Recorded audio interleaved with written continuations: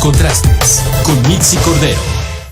Y vamos al contraste de análisis y analistas, y le quiero dar la bienvenida a este espacio informativo y de análisis a Santiago Arroyo, especialista en energía y director de Ursus Energy.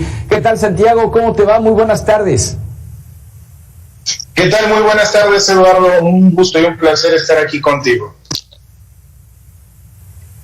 Gracias, el gusto es todo mío y desde luego de la audiencia. A ver si tú me ayudas a entender algo, Santiago, por favor, porque yo de plano no lo entiendo. La administración actual habla de una soberanía energética, habla de una soberanía del conocimiento científico con la parte del CONACYT, habla de una soberanía agroalimentaria, habla de soberanías por todos lados, pero no entiendo realmente en el tema energético a qué se refieren con una soberanía energética. ¿Acaso no le pertenece al Estado mexicano todo lo del subsuelo, del suelo, del aire y demás?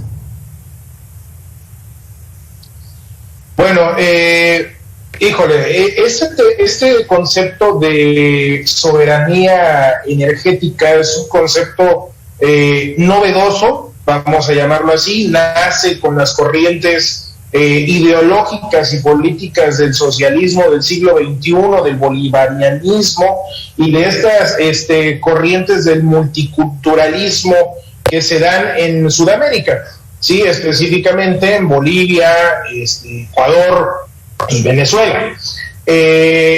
Obviamente son una evolución de lo que ya hemos estado nosotros viendo en este proceso histórico de transformación que lleva Latinoamérica y que, bueno, es lo que la tiene en las condiciones que se encuentran actualmente. Ahí es donde nace este concepto de soberanía energética, de soberanía alimentaria, de soberanía de todo, ¿no? Ahí es donde nace, y finalmente es para más o menos comprender un poquito de dónde viene este concepto y hacia dónde va, ¿no? La finalidad de este concepto es reclamar como propios los recursos naturales y la producción del país, abonando a una autarquía, es decir, a un cierre de fronteras, a un cierre a una autosuficiencia. Aquí en México ya lo vimos un episodio parecido, a nada más que ahí se llamaba autosuficiencia alimentaria, que provocó una grave crisis económica, una grave crisis en el campo, y obviamente también provocó un periodo de escasez alimentaria en el país. Esto fue en la transición de los años 70 a los años 80. Ahora, este tema de transición energética nace específicamente en Venezuela, y ese es el concepto, de soberanía energética, que se contrapone al concepto de seguridad energética, que la seguridad energética entendida como concepto por virtud de lo que la define la Agencia Internacional de Energía, es la suficiencia de energía y energéticos de manera accesible, de manera competitiva y obviamente asequibles y sustentables. Estamos hablando que una nación tiene seguridad energética al momento en que tiene una matriz energética diversificada, es decir, en un apalancamiento entre la parte pública con la parte privada. Así es, ese es el concepto de seguridad energética, que se contrapone al de soberanía energética, que es un control total del gobierno o del Estado sobre el sector energético.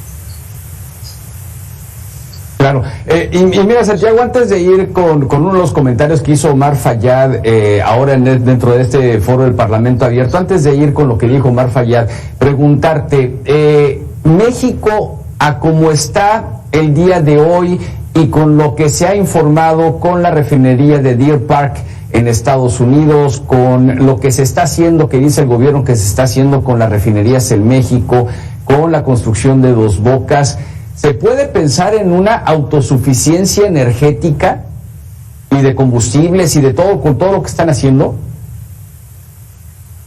No, en lo absoluto. O sea, si vamos a hablar de una autosuficiencia de combustibles,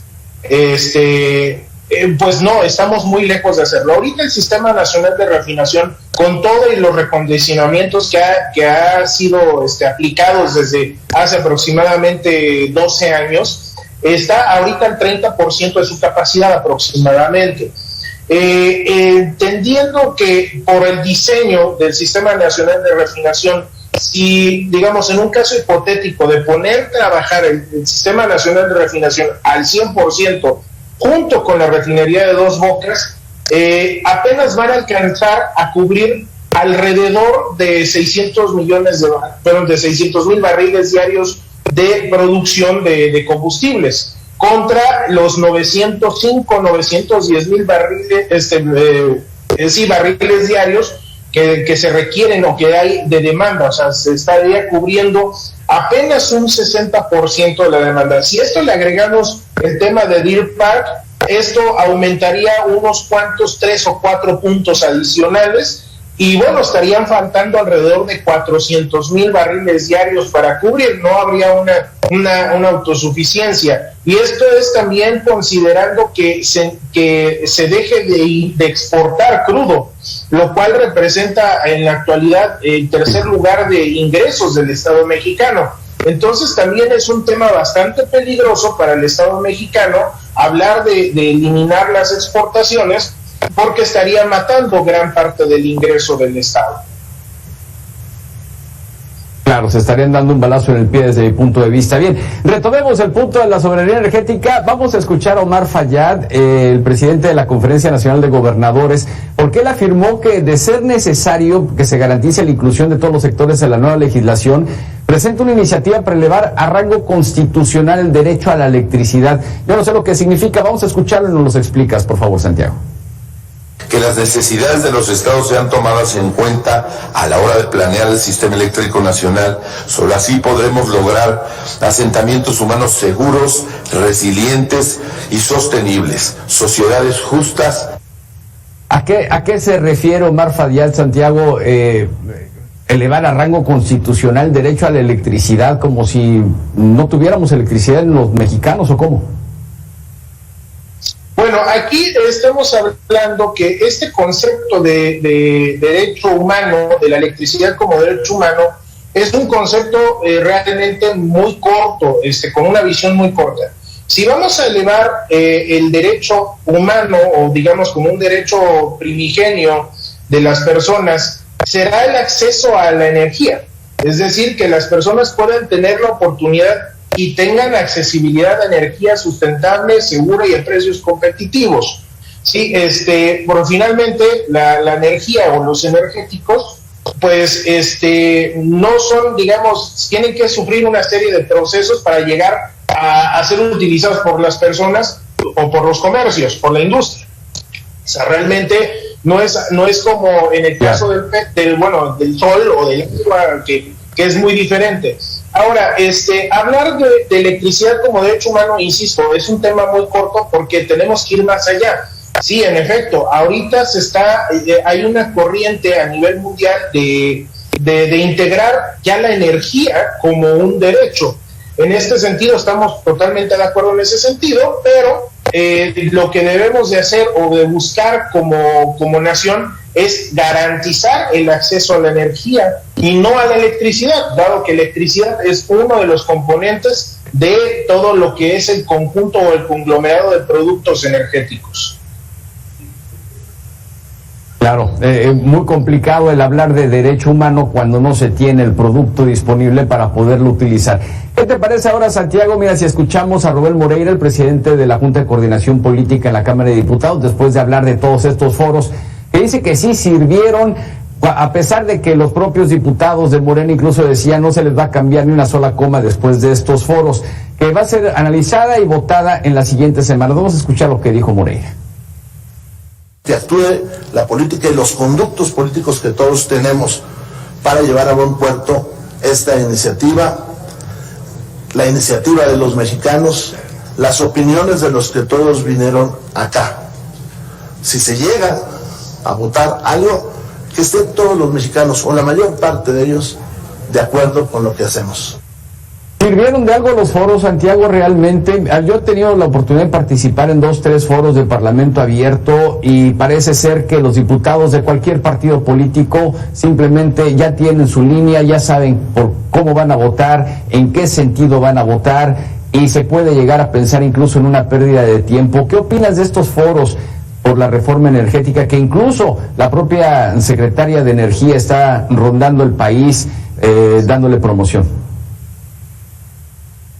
Bueno, finalmente este Parlamento de manera legal tiene su finalidad de acercar a las voces de la ciudadanía, de las organizaciones de la sociedad civil al Congreso, con la finalidad de hacerse escuchar, hacerse notar y poner en la mesa perspectivas distintas, no a favor o en contra. Estamos hablando de perspectivas distintas a las que pudieran tener los legisladores. Esto por la carga tanto política como ideológica que pudieran tener.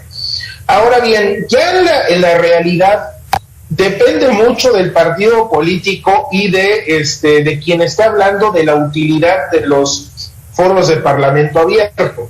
Habrá quienes digan que no tuvieron ninguna utilidad, que fueron una puesta en escena con la finalidad de denostar, de degradar a los adversarios. En este caso fue lo que hizo el partido mayoritario en el Congreso, ¿sí? Al llevar a estas personas, estos facilitadores, al llevarlos a estos foros, lo único que hicieron fue denostar a quienes no estaban de acuerdo con ellos. Si lo vemos desde otro punto de vista ya más estratégico, pudiera haberse dado como una especie de trabajo de desgaste, sí, una guerra de desgaste en contra del bloque mayoritario, que, bueno, de alguna manera vimos que funcionó, puesto que están saliendo algunas encuestas en donde la población pues no aprueba la reforma eléctrica, la ve con recelo y con mucho riesgo, sobre todo por lo que está sucediendo actualmente, ¿no? O sea, y aparte por los abusos que ha llevado a cabo la CFE en contra de la ciudadanía. Entonces también hay cierto rechazo por parte de la sociedad. Un 63% ya es muy significativo. Entonces, ahí también quien le haya apostado a esa guerra de desgaste, o digamos esa estrategia de desgaste, pues fue efectiva, fue eficiente. Tan es así que estamos viendo que el grupo mayoritario y los promotores de la reforma pues están haciendo hasta lo imposible en un derroche de recursos con la finalidad de convencer a la sociedad, cuando lo que se tiene que hacer es concientizar. Y bueno, finalmente estos recursos del Parlamento abierto son útiles, sí, pero depende mucho de la perspectiva hacia dónde se dirija, ¿no?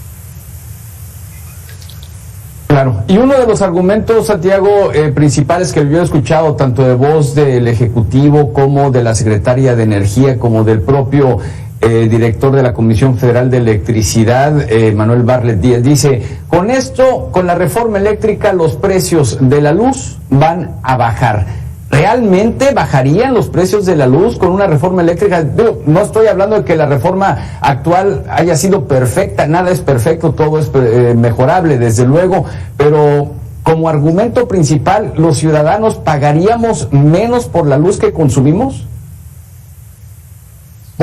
Lo que está sucediendo con la reforma eléctrica del presidente López Obrador, hay que entender lo que es, digamos, el culmen de las estrategias de la política energética del presidente López en materia eléctrica. ¿Sí? Si nosotros vemos desde que empezó a aplicarse esta política energética, que ha sido no nada más la aplicación de la política, sino una serie de intentos de reformas a diversas legislaciones, esto ha provocado que los precios de los recibos que pagan las personas hayan incrementado. Lo que estamos viendo realmente aquí es elevar estos incrementos a rango constitucional, es decir, que estos incrementos que se están dando por esta autarquía, es decir, este cierre del mercado, esta monopolización del mercado hacia la Comisión Federal de Electricidad sea a rango constitucional, y bueno, los aumentos de los recibos sean, digamos, pues constitucionales. En este sentido, sí esto que hemos visto, estos aumentos, que lleva un aumento aproximadamente de más del 40% en lo que va del 2018 a la fecha, en los recibos de electricidad de la población, pues es algo que vamos a ver replicado después de una hipotética o eventual aprobación. Entonces sí es una realidad, y lo único que están haciendo es, el gobierno es buscar el mecanismo legal a través del cual la ciudadanía ya no se defienda, ya no tenga la posibilidad de defenderse o de exigir este derecho humano que ellos precisamente refieren, que es el acceso a la electricidad. O sea, realmente nos están quebrando las piernas como ciudadanos y lo están haciendo con la finalidad de, pues, con un tema nada más político. Mira qué importante, considero lo que nos acabas de decir, Santiago, importante incluso que la gente lo comprenda, porque también en los diversos sondeos que Mega Noticias ha realizado a lo largo de la República Mexicana es que pues la gente no está enterada, y lo que la gente quiere es pagar menos por la luz que consume, porque a pesar del discurso, y ahora sí con los discursos versus las realidades, a pesar del discurso de que la luz no ha aumentado, y eso yo se lo he escuchado, fuertemente a Enrique Peña Nieto y ahora también a Andrés Manuel López Obrador, pero la gente, los ciudadanos, cada bimestre parece que estamos pagando más por la luz, y esto que nos dices, que nos quiebren las piernas, pues, oye, es verdaderamente riesgoso para la población mexicana entonces, Santiago. Sí, en efecto, es sumamente riesgoso, y también hay que reconocer que la administración del presidente Peña hizo un dispendio en la comunicación de la reforma del 2013. O sea, realmente no comunicó adecuadamente, no le dijo la verdad a la ciudadanía de que se trataba de una carrera de largo aliento.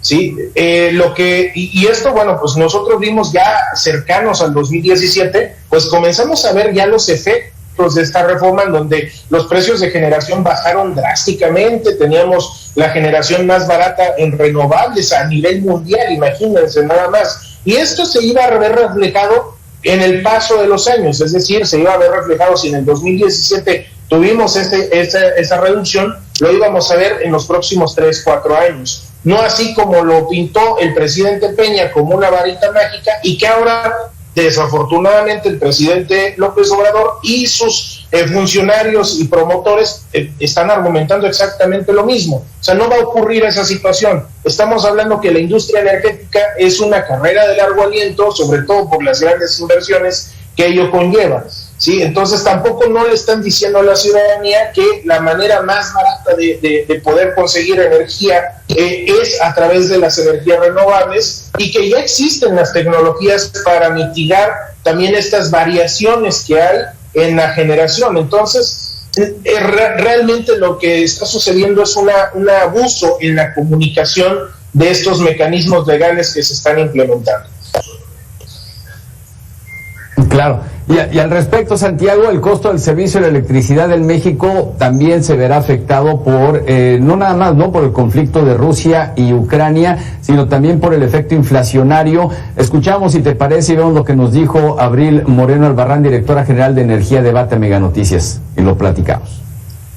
Que en diciembre del 2018 el presidente López Obrador le dijo al secretario de Hacienda que por decreto se indexara la tarifa eléctrica de nuestros hogares al índice nacional de precios. Esto significa que no por el costo de generación suben las tarifas de nuestros hogares, sino significa que por inflación sube. Hoy estamos arriba de la inflación, arriba del 7%, y con el tema de Ucrania esto va a subir todavía más el precio de generación por inflación. ¿Qué tan real es esto que dice el Ejecutivo, Santiago, con esta petición que le hace a la Secretaría de Hacienda y Crédito Público? Bueno, pues es una realidad lo que comenta Abril. Estamos viendo ese incremento, y como también atinadamente lo comentó en su momento con sus compañeros, no nada más es el incremento del 7%, sino viene aparejado también el incremento por el alza de los combustibles, es decir, todos los commodities, es decir, los tangibles, todos estos bienes fungibles que están en el mercado y que se utilizan como combustible por parte de la Comisión Federal de Electricidad en más del 60% de sus plantas de generación, que estamos hablando que es gas natural en primer lugar, en segundo lugar es combustóleo y diésel, y en tercer lugar es el carbón. Todos estos productos que estoy mencionando han tenido incrementos sustanciales y tremendos a raíz no nada más de la recuperación económica y el aumento de la demanda después de la pandemia, sino también estos se han visto sumamente afectados por la coyuntura geopolítica con el conflicto ruso-ucraniano. Entonces sí, en efecto, el 7% se va a quedar corto, y con la perspectiva que decía Abril, pues el incremento va a ser aún mayor por esta cuestión de los combustibles, cosa que no sucede con las renovables, puesto que el sol y el viento nadie nos lo cobra. ¿Sí? Entonces, esa es, digamos, la cuestión ahí, y uno de los mecanismos a través de los cuales se puede paliar esta situación es dándole entrada a las energías renovables, y que fueron frenadas desde marzo del 2020 con estos acuerdos que emitió primero el SENACE y después la Secretaría de Energía. Claro. Y Santiago, a manera de conclusión, ya tengo que irme a la pausa, pero a manera de conclusión, ¿se debería aprobar o no se debería aprobar la reforma eléctrica tal y como la está proponiendo el Ejecutivo Federal? ¿Habría más perjuicios que beneficios? ¿Es así como lo entendí por lo que nos acabas de platicar?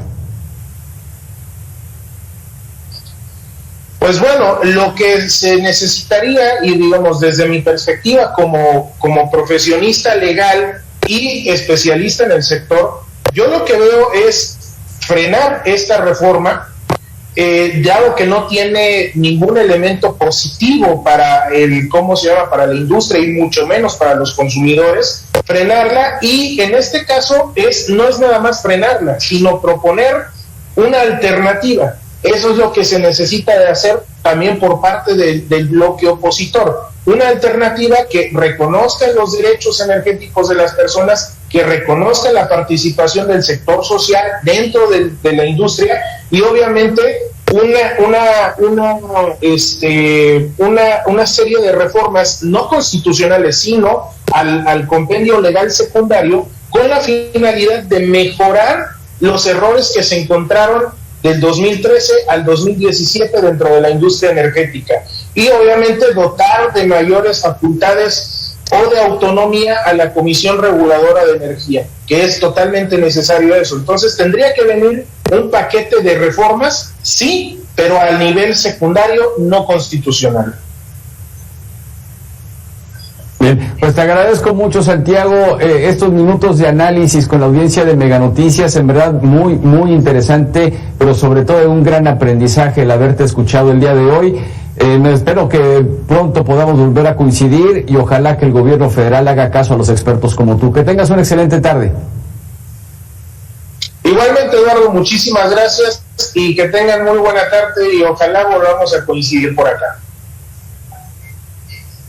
Que así sea. Gracias nuevamente, Santiago Arroyo, especialista en el tema energético, director de Ursus Energy. Pues ya lo escuchó usted. Usted tiene ahora más elementos para su toma de decisiones. Por eso este espacio de contraste, de análisis, para que usted tenga la información de primera mano, en voz de los especialistas, y con base en esto tome usted la decisión que considere deba tomar.